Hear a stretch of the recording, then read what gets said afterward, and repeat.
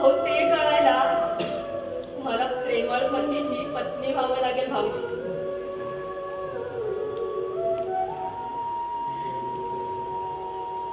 जे जीवन पुष्प देव ब्राह्मणाच्या साक्षीनं पतिदेवाच्या चरणी वाहिलं ते कुठल्या तरी दगडाच्या चरणी वाहून कसे सुखी होईल मी.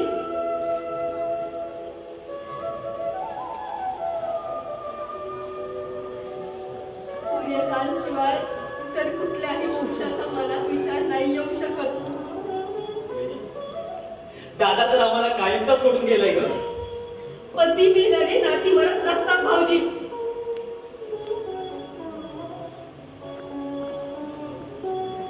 जन्मोजन्मी हाच पती लाभावा ईश्वर चरणी भाकीत झाले. तुमची प्रतिज्ञा मागे घ्या भाऊजी. प्रतिज्ञा पूर्ण करायची असतात होईल, मोडायच्या नसतात भाऊजी.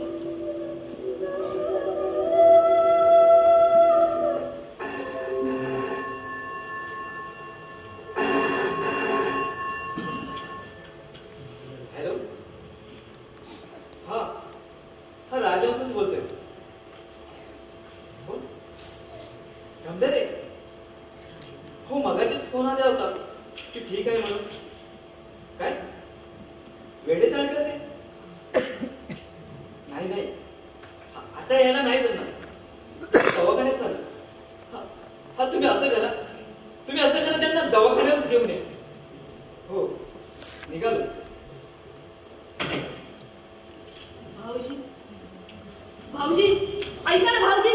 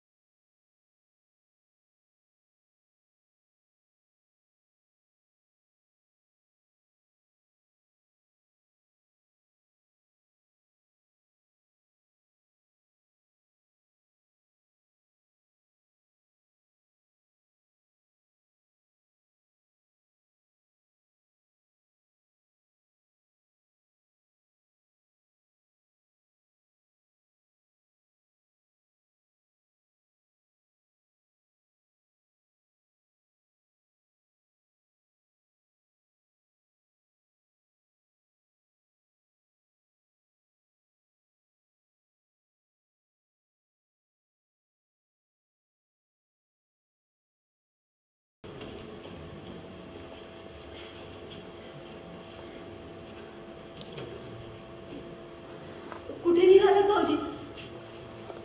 दवाखान्यात. अहो सकाळपासून चहा पण घेतला नाही तुम्ही. काहीतरी खाऊन जा. भूक नाही मला. भाऊजी ऐका ना. भाऊजी भाऊजी.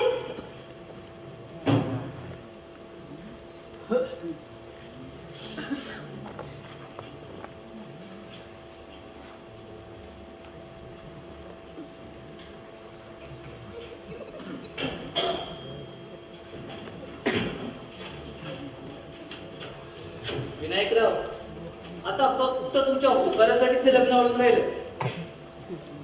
हो ना, एक नाही 2 लग्न अडून राहिली तुमच्या संमती वाचून.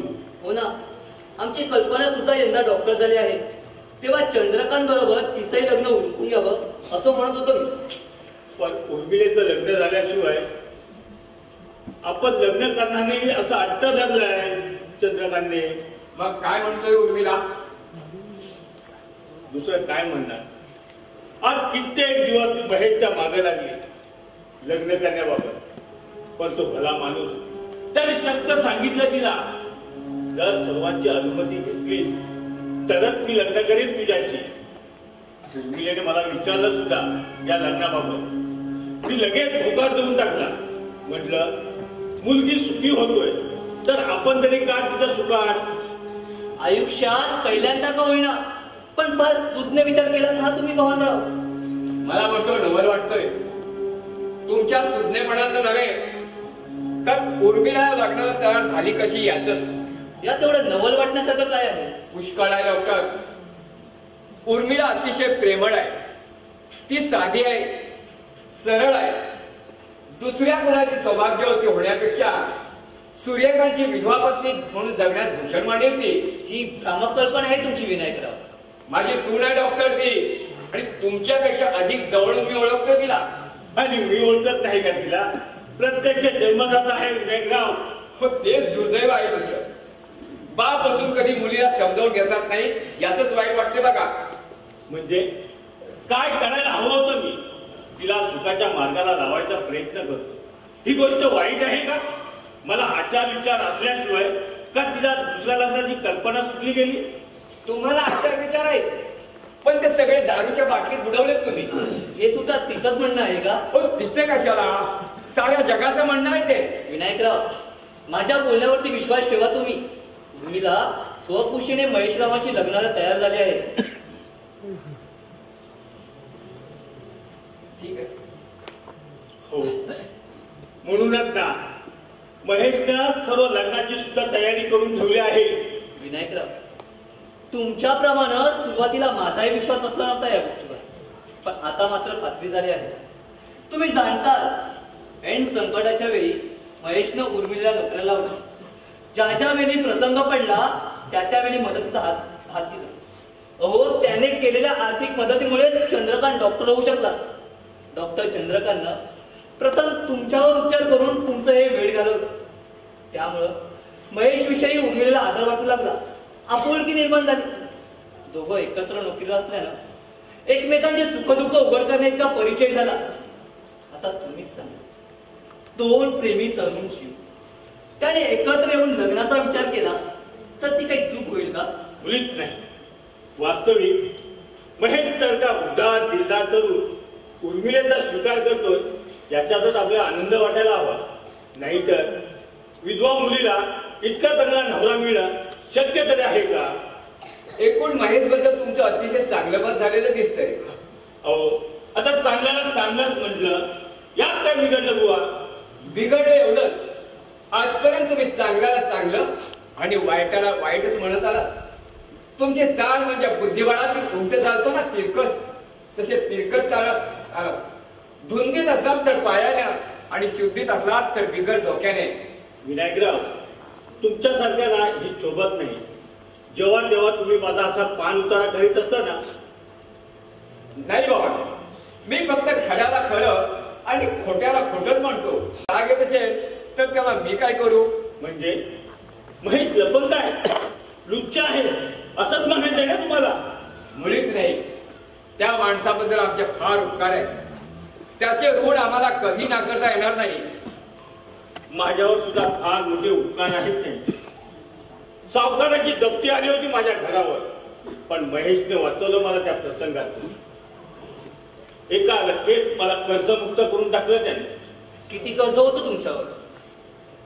40,000 रुपये.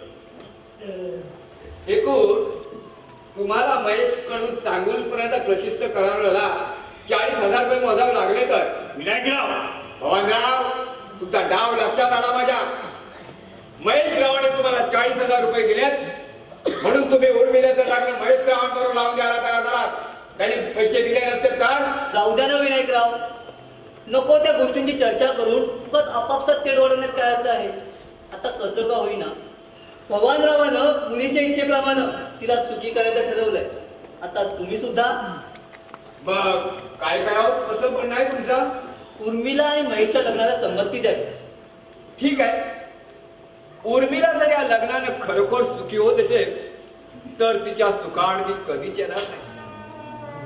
तिनं आमच्यासाठी फार केलंय, फार सोसलंय. प्रत्यक्ष पोटची पोर करणार नाही एवढं तिने आमच्यासाठी केलंय. मीही लेकीप्रमाणे तिच्यावर माया केली. तिनेही खूप माया लावल्या आमच्यावर. आता ती हे घर सोडून जाणार, ती दुसऱ्याची होणार या कल्पनेने थोडं दुःख बाजूला होणार. पण ते दुःख बाजूला सारून तिच्या सुखाचा विचार जरूर करायला पाहिजे. किती उदात्त विचार, किती विशाल अंतःकरण आहे हो तुमचं विनायकराव. तुमचा हा निर्णय ऐकून मला मोठा आनंद झाला आहे.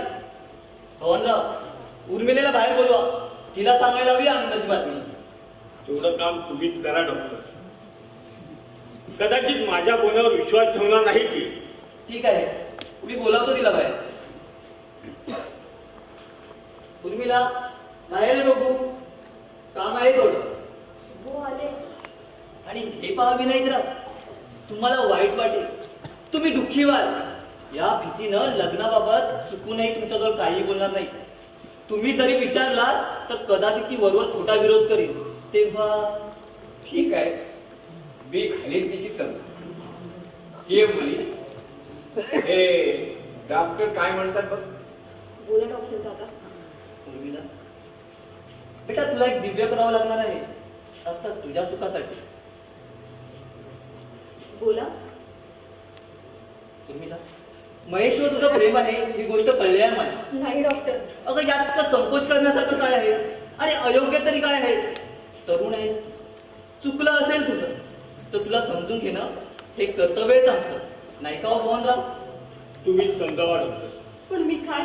कोणीच दोषी नाही, पण या जगानं तुझ्यावर टीकासं सोडू नये म्हणून आता एकच उपाय आहे, तो म्हणजे तू महेश बरोबर पुनर्विवाह करायचा, अशी आमची सर्वांचीच इच्छा आहे, विशेषतः विनायकरावांची. होय म्हणजे होय मुली, माझी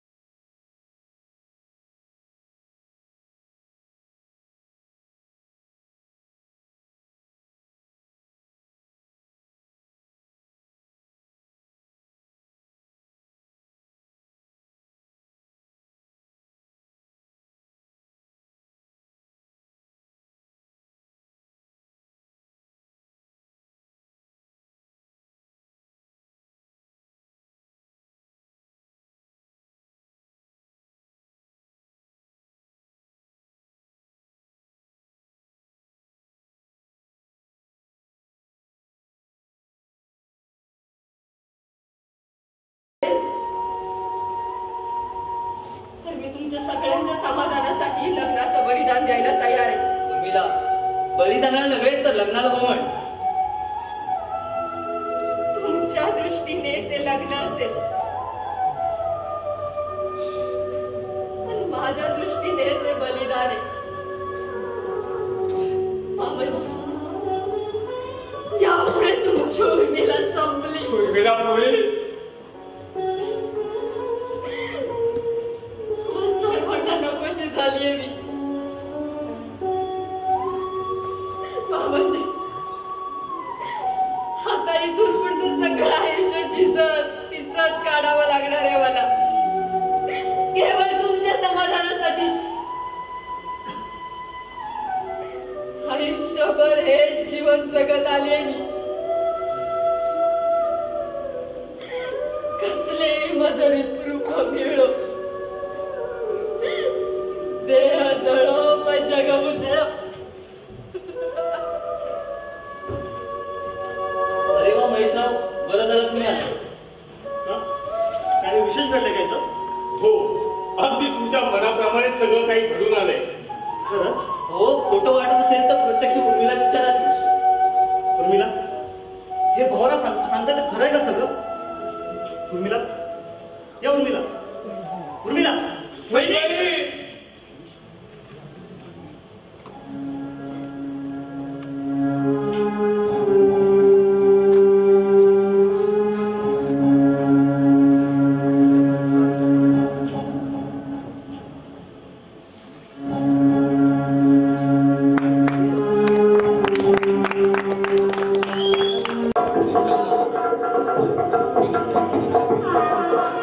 Thank you.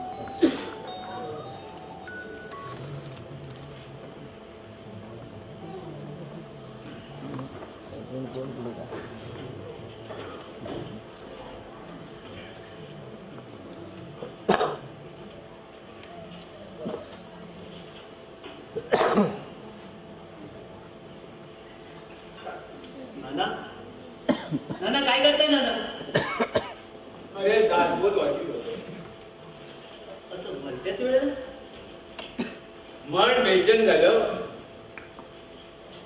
की दासवाल्यासारखा दुसरा आधार नसतो माणसाला. पण तू काय असं बेचैन झाला? व्यवस्थित पार पडलं ना लग्न? लग्न पार पडलं, पण हे लग्न वहिनीच्या इच्छेविरुद्ध झाले ना. म्हणजे वहिनीचा या लग्नाला पहिल्यापासूनच विरोध होता, पण तो विरोध खोटा आहे, वरकरणी आहे असा समज करून देण्यात आला होता आपला. कशावर? पण तो समज खोटा होता आणि वहिनीचा विरोध खरा होता ना.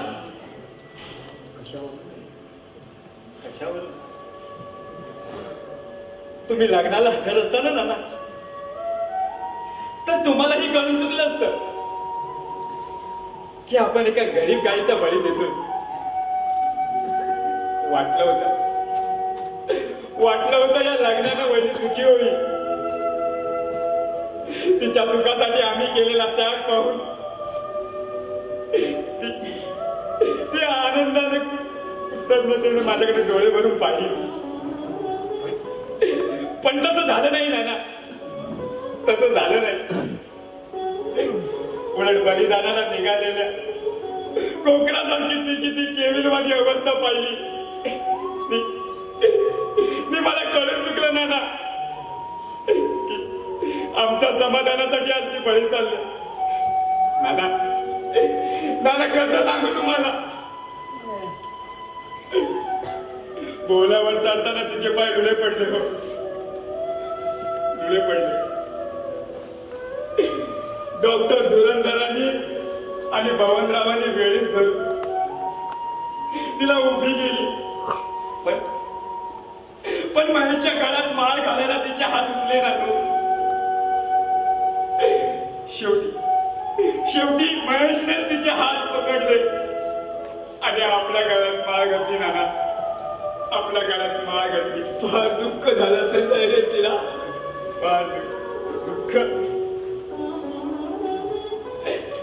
दादाच्या मृत्यूचं दुःख नाही झालं नाही, एवढं दुःख झालं तिला या लग्नात. दादाची एका वीर पुरुषाची विधवा पत्नी म्हणून आनंदाने जगायची तिची तयारी होती. पण हे लग्न म्हणजे जिवंत मरणच भोगावं लागणार या जाणीवाने अक्षरशः पळून निघाली. हो, पळून निघाली. तिचा तो अश्रूने टपटपलेला चेहरा पाहिला. मला असं काही बडबडून आलं नाना. मी कळत हाक मारली, वहिनी. आणि वहिनीनं बाबूजी अशी हाक मारून गळ्याला मिठी मारली. हो, त्या घरी मला ब्रह्मांड आठवलं नाना. माझी वहिनी दूध आली. हो, माझं मात्र छत्र नाहीच झालं. नाना नाना मी पोरका झालो. नाना मी पोरका झालो. नाही चंदू, नाना मी पोरका झालो. मी पोरका झालो.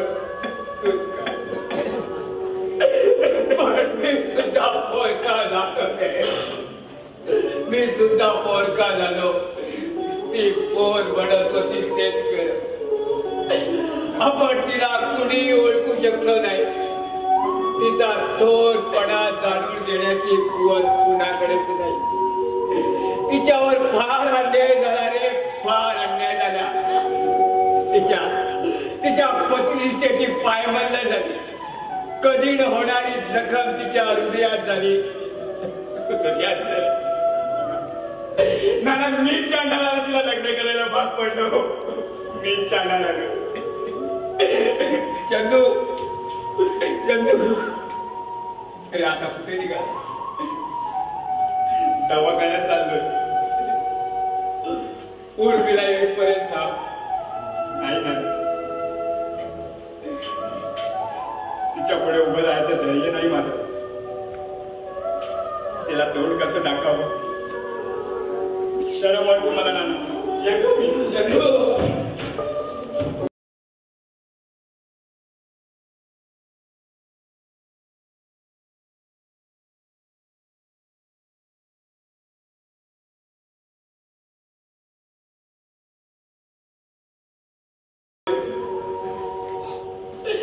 आणि कोणत्या तोंडाने देऊ? सूर्यकांत या उर्मिलाचा काहीच दोष नाही रे, काहीच दोष नाही. मी पापी कर्माच्या नाळाने तिला लग्न करायला भाग पाडले रे. क्षमा कर रे मला, क्षमा कर, क्षमा कर, क्षमा कर.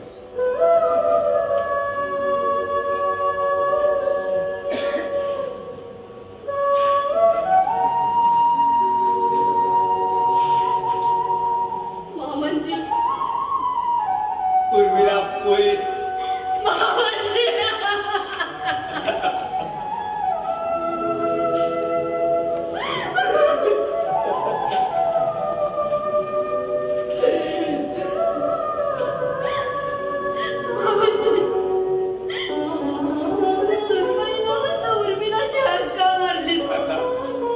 आता तू माझी सून राहिलेली नाही, मुलगी आहेस मुलगी. म्हणून बाप या नात्याने एक महत्वाची गोष्ट सांगतो की यापुढे तुझा पूर्व आयुष्य साफ विसरून जा.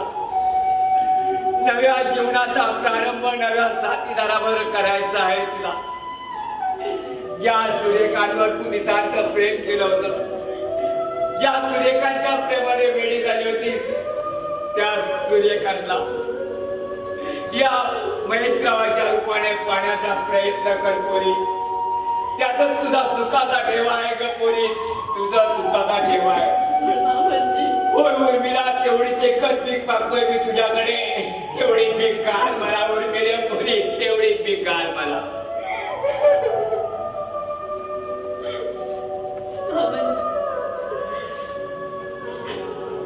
तुमच्या इच्छेप्रमाणे वागण्याचा प्रयत्न करेन मी.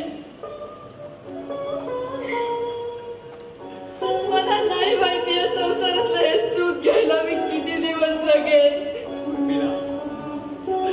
आजच्या या मंगल प्रसंगी या मंगल गोष्टीचा विचार करू नकोस पोरी, विचार करू नको.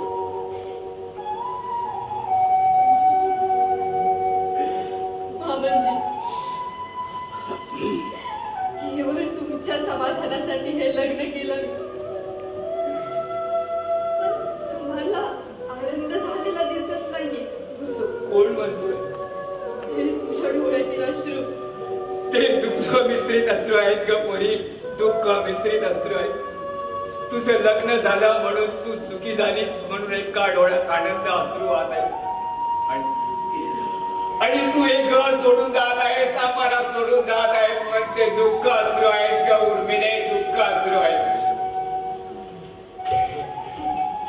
उर्मिला, अशी बोलत का उभी राहिलीस? नानांच्या पाया पड, आशीर्वाद घे त्यांचा. चल आपण जोड्यानं पाय पडूया. चल. पोरी क्षमा कर ग मला, क्षमा कर, क्षमा कर.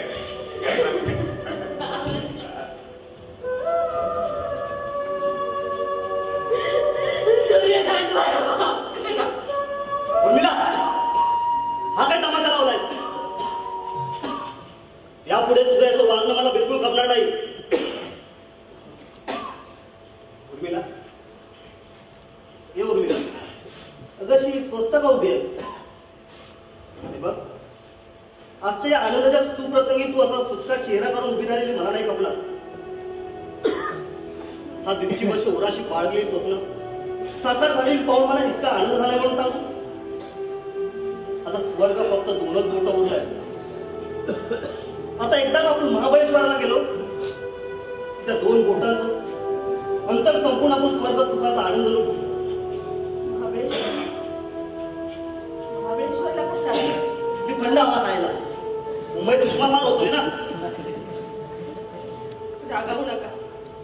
मग इतकी साधी गोष्ट तुझ्या लक्षात येत नाही? अगं महाबळेश्वरला जायचं असतं ते मधुचंद्र साजरा करायला. मधुचंद्र अगं म्हणजे हनीमून. आता लक्षात आलं असेलच. हो,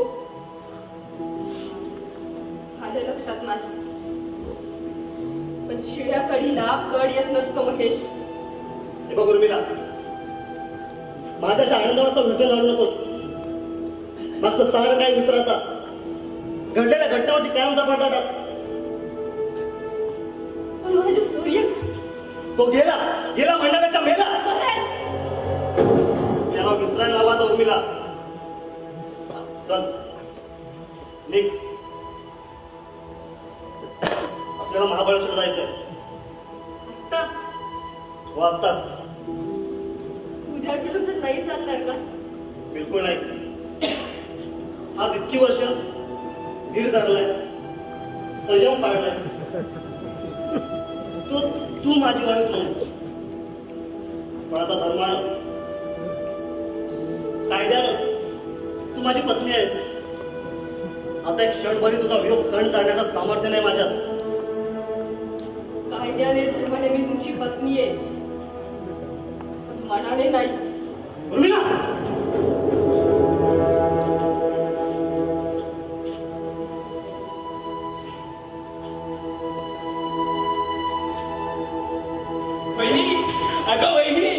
वहिनी दादा येतोय. अगं तार आले त्याच्या नावाची. वहिनी, नाना, महेशराव, हो महेशराव, माझा दादा येतोय. हो तार आले त्याच्या नावाची. नादा, महेशराव मी आज मी खूप खुश आहे. नाना त्या आनंदाची बातमी देतो. नाना, हो नाना, दादा येतोय. नाना,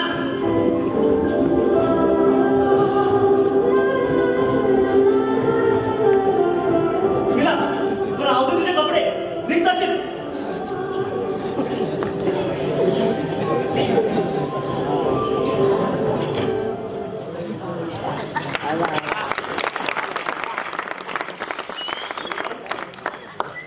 तू?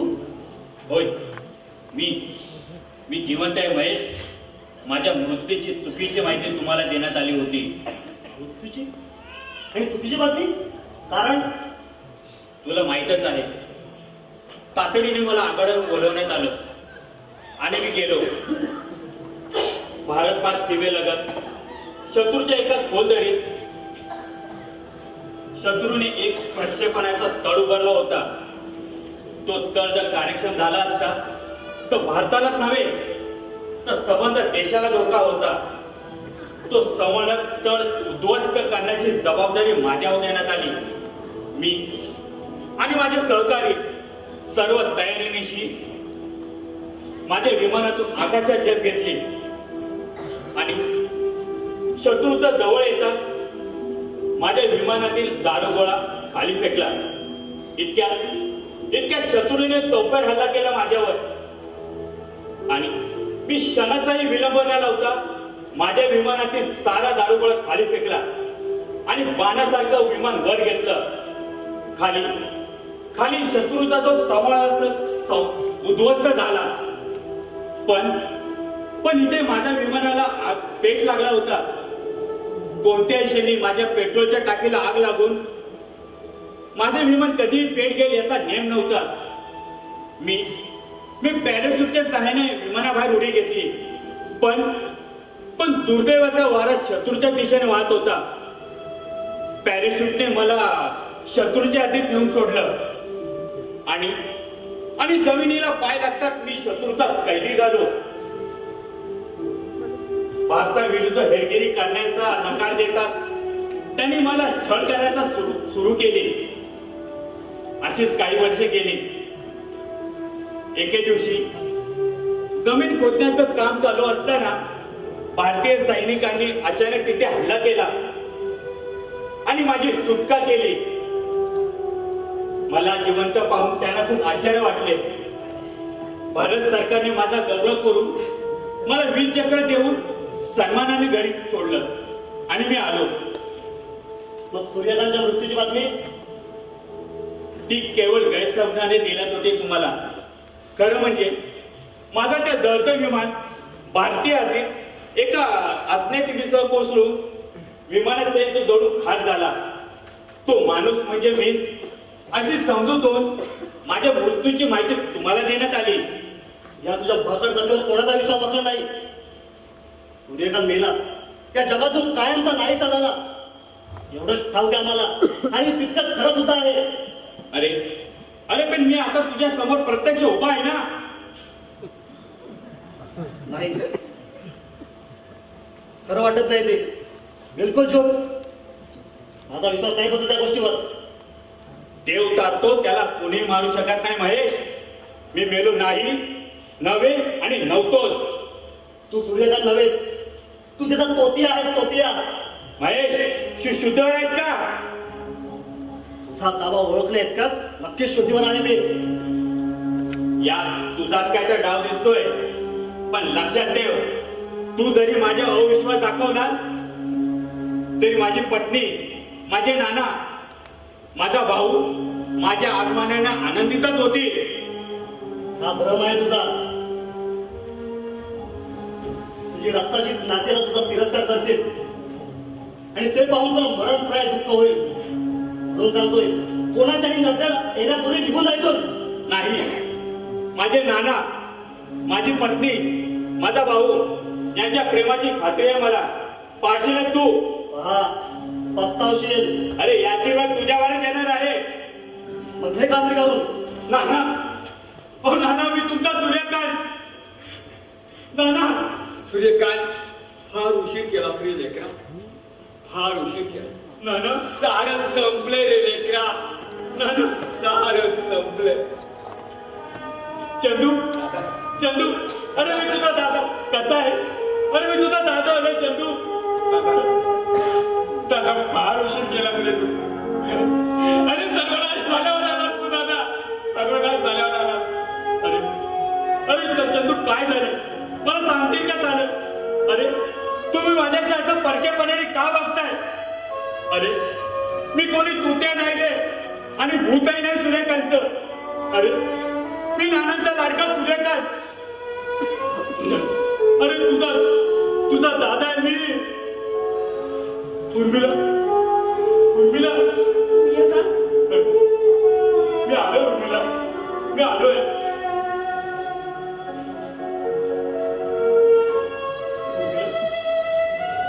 उर्मिला,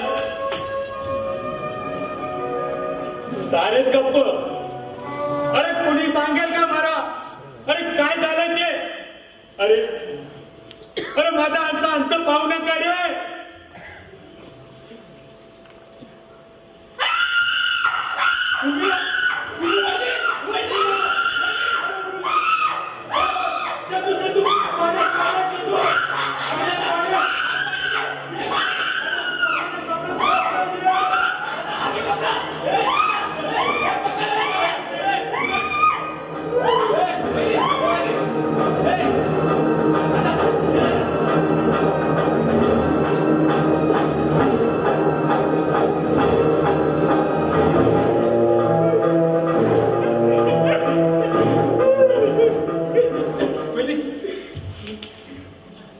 उर्मिला, असं काय घडलं? किती हे करून घेतलं? उर्मिला सांग, उर्मिला सांग. सूर्यकांत, तुम्ही आला?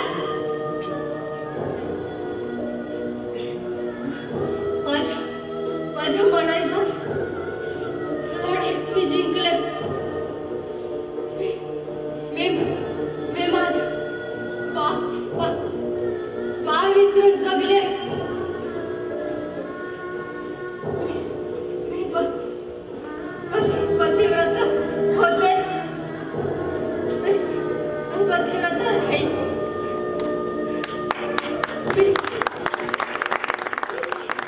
शेवटपर्यंत तुमचीच होते, तुमचीच राहील. अखेरपर्यंत एक अबला नाही म्हणून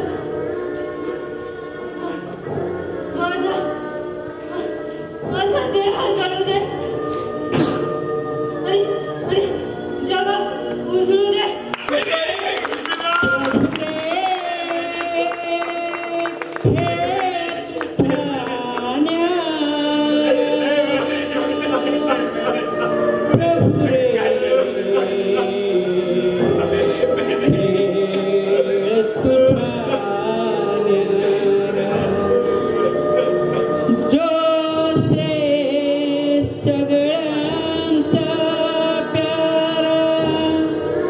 क्षण